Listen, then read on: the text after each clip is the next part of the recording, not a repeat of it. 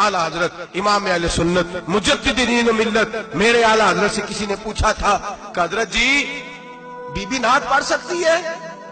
फतावा रज़विया की 14वीं जिल्द, बीबी मिलाद पढ़ सकती है? मिलाद। आला हजरत ने फरमाया अगर बीबी मिलाद पढ़ गई हो, नात पढ़ गई हो और उसकी आवाज गैर महरम के कानों तक जा रही हो, फरमाया उसे सवाब नहीं होगा, उसे हराम काम करने का गुनाह दिया जाएगा।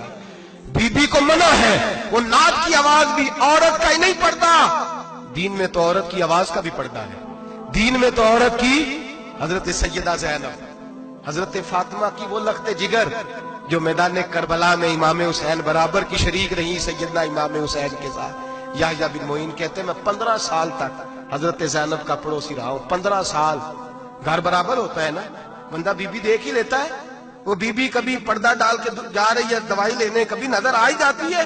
कहते 15 साल में सैयदा फातिमा की बेटी का पड़ोसी रहा हूं, मैंने कभी बुरके में छुपी हुई ज़ैनब भी नहीं देखी। बुरके में छुपी हुई ज़ैनब भी कभी नहीं देखी।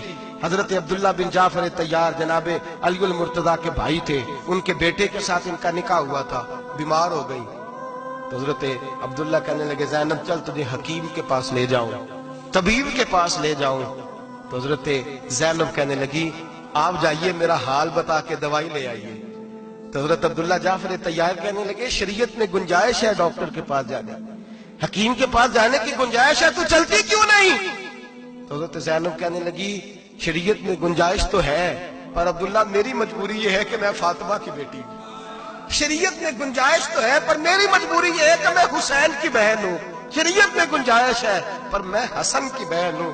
शरीयत में बड़ी गुंजाइश है पर लोग मुझे मोहम्मद अरबी की नवासी कहते हैं। गुंजाइश तो है तो मैं नहीं ना निकल सकती, इसलिए कि जितना कोई अपने आप को दीन के करीब जानता है उतना उसके पैरों में शरीयत की जंजीरें ज्यादा होती हैं। तो जनाब सैयदना अब्दुल्ला कहने लगे अगर तू पर्दा कर गई, अगर तू चली गई, तो फरमाने लगे ये तो अल्लाह की मशीयत है, तू दवाई ला दे ताकि मैं खा लूं, और अगर मैं चली गई तो मैं अपनी माँ से जाके कहूंगी कि अम्मा सारी तकलीफें मैंने छाती पे बर्दाश्त की हैं पर मैंने तेरे पर्दे पर आंच नहीं आने दी।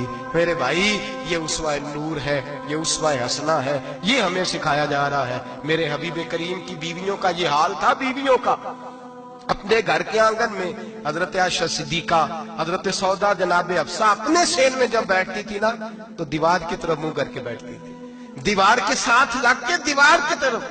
बीबियां अपने घर के अंदर भी दीवार की जानब मुंह करके बैठती थी। लोग पूछती, बीबियां पूछती कि अपने घर में भी दीवार को मुंह करने का मतलब? कहती हो सकता है कुछ छत पे चढ़े अचानक नजर पड़े, तो हम चाहती हैं फिर भी हमारा चेहरा नजर ना आए उसे, फिर भी हमारा चेहरा नजर, हम अपने घर के अंदर भी पाबंद रहती हैं।